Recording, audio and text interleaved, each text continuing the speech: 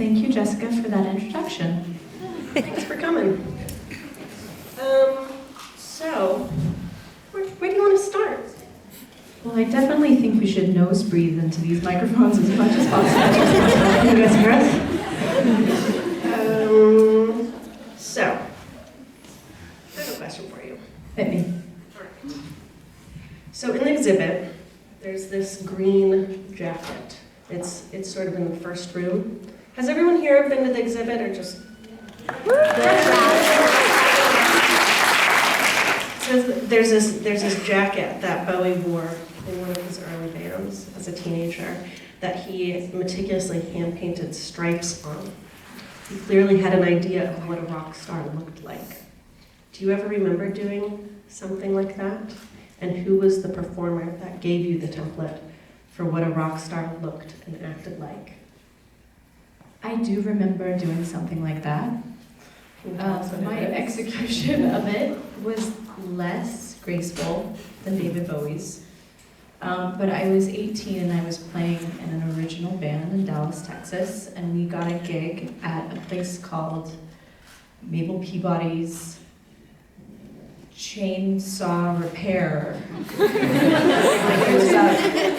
which was a queer bar in Denton, Texas. And I got a gig opening for Bonfire Madigan, who was on Kill Rock Stars. It's a big deal. Yeah, it was a big deal. I had already seen Tracy and the Plastics at this place before, and so we got a gig, and my parents went on not my mother and stepdad, but my dad and stepmother, who are more prone to insanity, went to Italy and they brought back a pair of leather pants. And so I wore this pair of sort of low-waisted, boot-cut leather pants to my big show at the Denton Queer Bar. And my mother, who was very sweet and very obsessed with capturing every moment, not unlike the zeitgeist of this time, she videotaped it, and I remember watching the tape afterwards and realizing that during my big first gig rock performance, I had a really hideous camel toe. A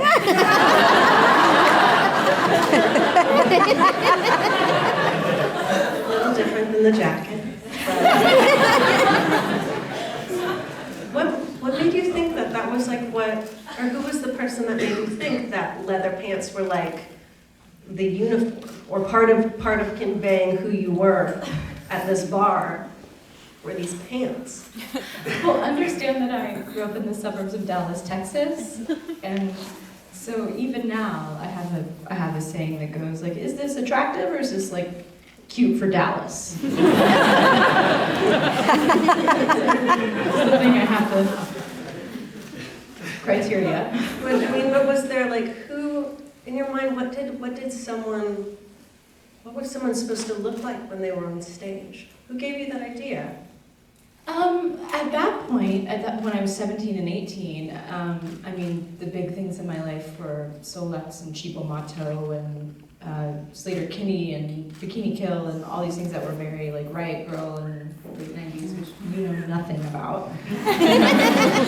And you can fill me in later. And all of that was very much about, I guess, austerity and, it's all about the music. But leather pants, when you think of leather pants, they're not very Olympia.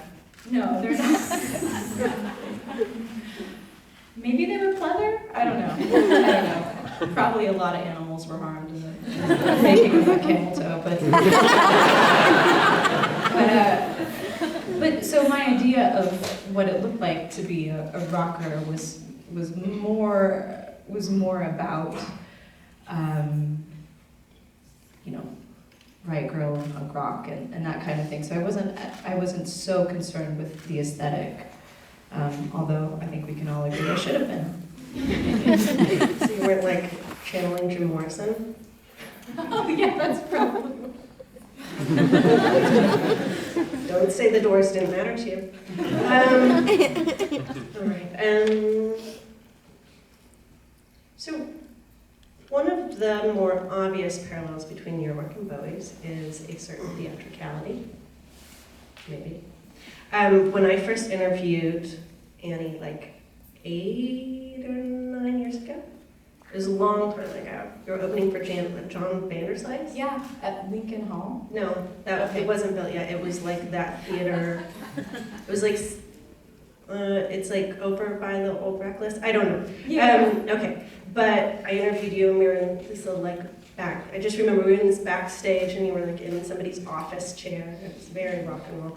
And you were talking very animatedly about the Nina Simone version of Pirate Jenny and Cave and how much you loved all this like really dark theatrical music. But it seems like since then to now, you've I don't want to say internalized, but it's become that theatricality has become much more like a parcel of how you do your music and how you express yourself as an artist. And I want to know what fostered that love of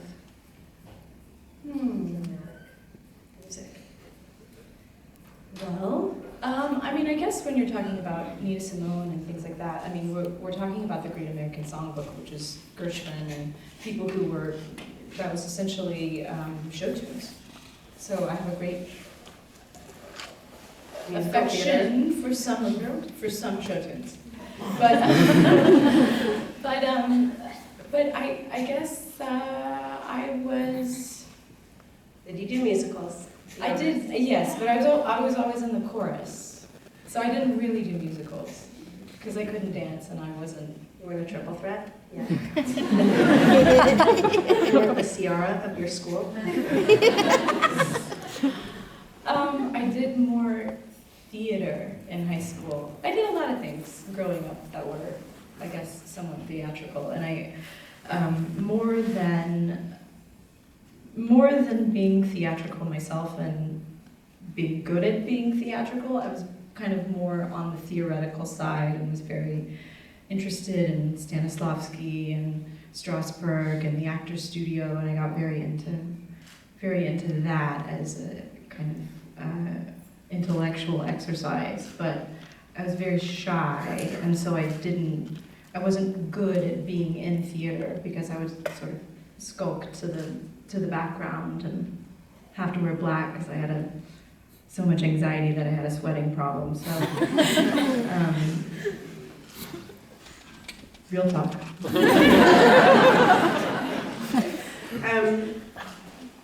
What's your favorite musical? Is there Okay, I have to say, I have an appreciation for, as a musician, I have an appreciation for show tunes. I don't listen to show tunes. That's not like a thing. I mean, I can listen to Sarah Vaughan doing Gershwin or whatever, but I'm not like a show tune musical theater nerd. I feel like you don't believe me. I know you have no reason to lie. I just told people about camel puss and sweating problems, so I feel like I'm being pretty transparent. Just going right to the rawest point, right off the bat. Let's see.